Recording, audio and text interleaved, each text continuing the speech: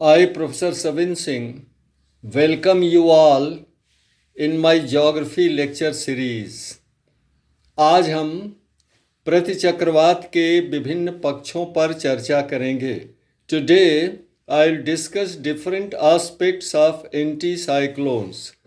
प्रतिचक्रवात चक्रवातों के विपरीत वायुमंडलीय तंत्र होते हैं जिनके केंद्र में उच्च वायुदाब होता है और बाहर की तरफ निम्न वायुदाब होता है.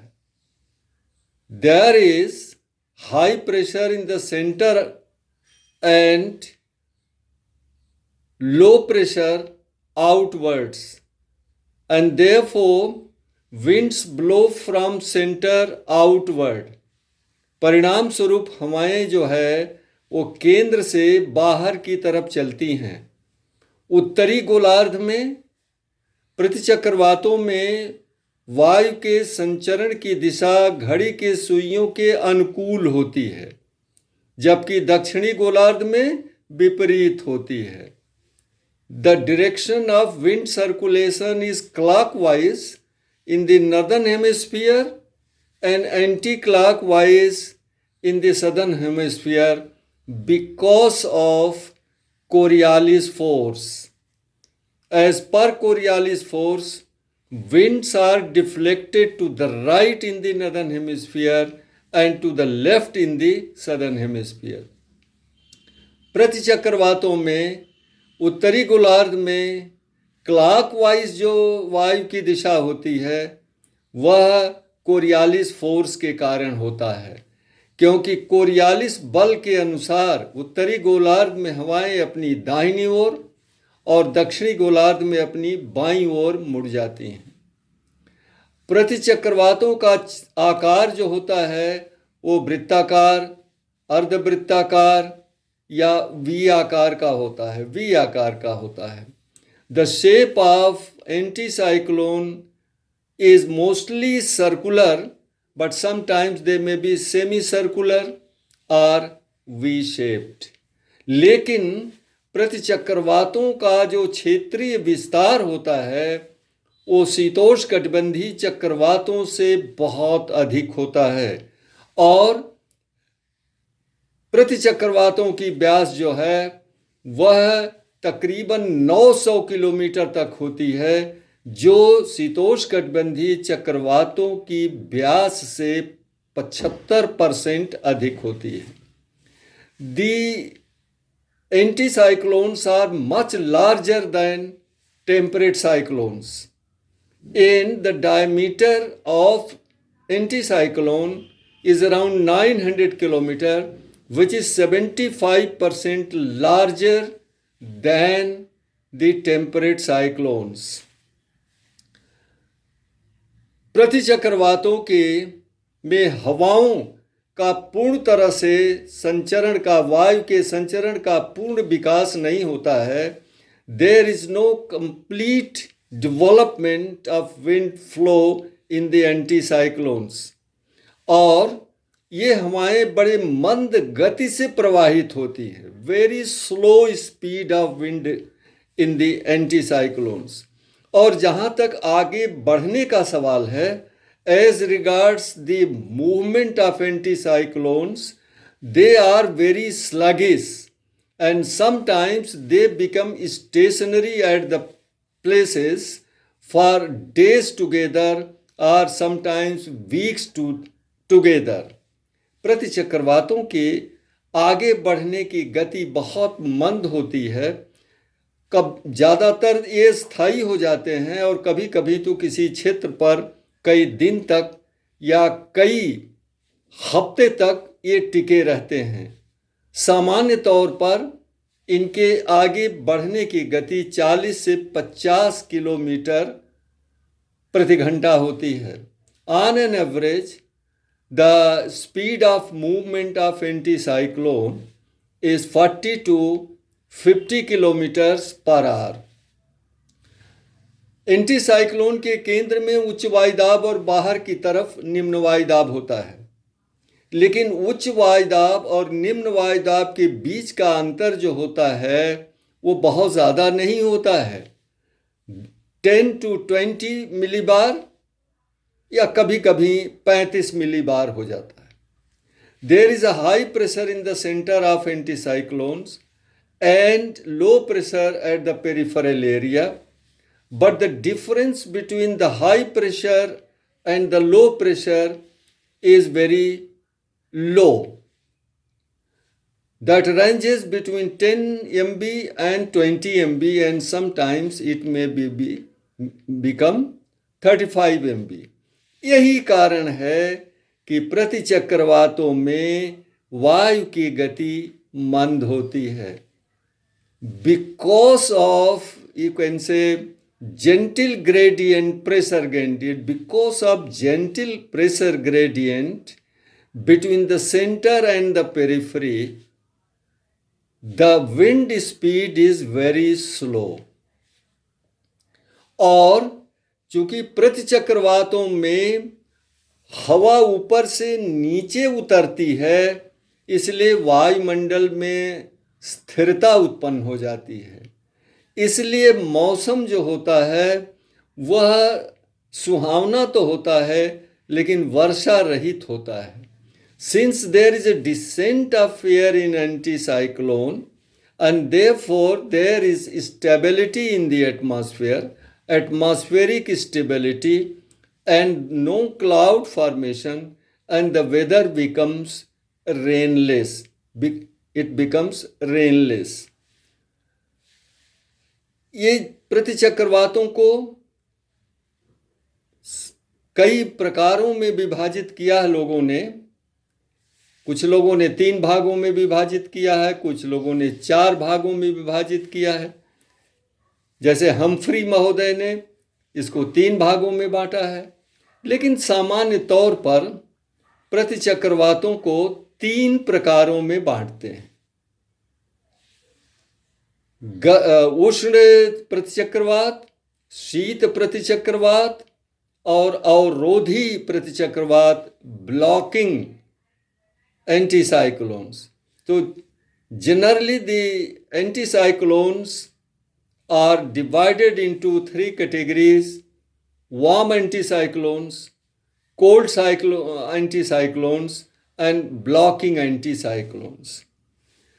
उष्ण प्रतिचक्रवातों का विकास जो होता है उपोष्णकटिबंधीय उच्च वायु दाब की मेखला में वायु के ऊपर से नीचे बैठने के कारण होता है। The anticyclones, the warm anticyclones originate in the subtropical high pressure belt areas because of descent of air from aloft. तो जब हवा ऊपर से नीचे उतरती है तो उच्च वायुदाब का निर्माण होता है, जहाँ से हवाएं बाहर की तरफ फैलती, उच्च वायुदाब से बाहर की तरफ फैलती हैं। High pressure develops because of the decent of air in subtropical high pressure belt areas, so the winds diverge in different directions and anticyclones are formed. And now this is the reason that most of the warm and hot deserts are found in these subtropical belt areas because of dry weather conditions. दिन के समय चूंकि बादल रहित होता है आकाश, इसलिए सौरिक विकिरण तरंगें बिना अवरोध के धरातल पर आती हैं और तापमान में वृद्धि हो जाती है। और रात के समय चूंकि बादल नहीं है, इसलिए पृथ्वी धरातल से होने वाला जो पार्थिव विकिरण है वो बहुत तेजी से ऊष्मा का ह्रास होता है और तापमान बहुत नीचा हो जाता है।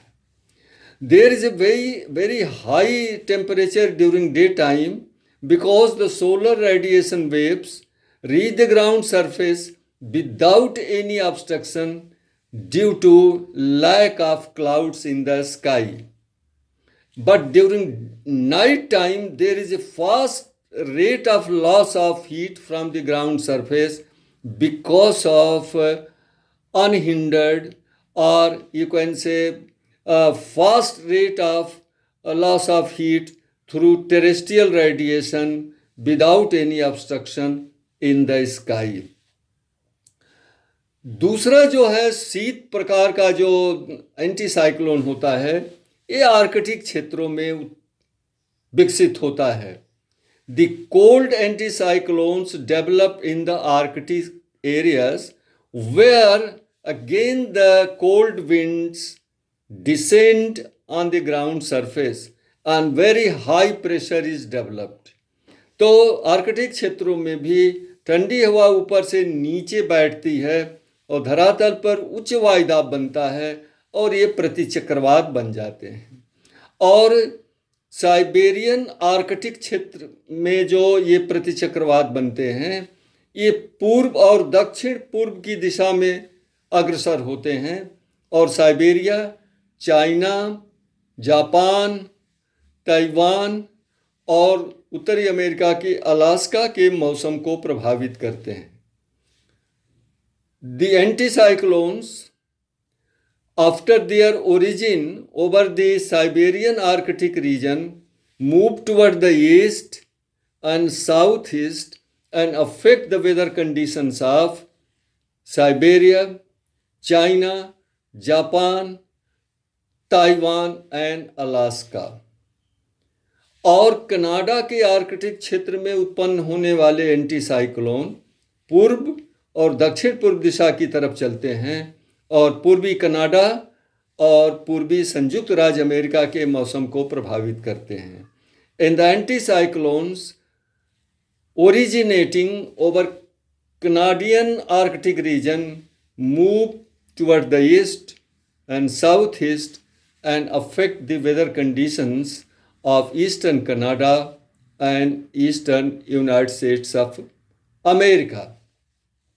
इस तरह से प्रतिचक्रवात जो होते हैं शुष्क मौसम के प्रतीक होते हैं, क्योंकि इसमें वायु का ऊपर से नीचे अवतलन होता है. एंटीसाइक्लोन्स are indicator of dry weather because of descent of air from above and consequent stability in the atmosphere. तो वायुमंडल में स्थिरता उत्पन्न होती है.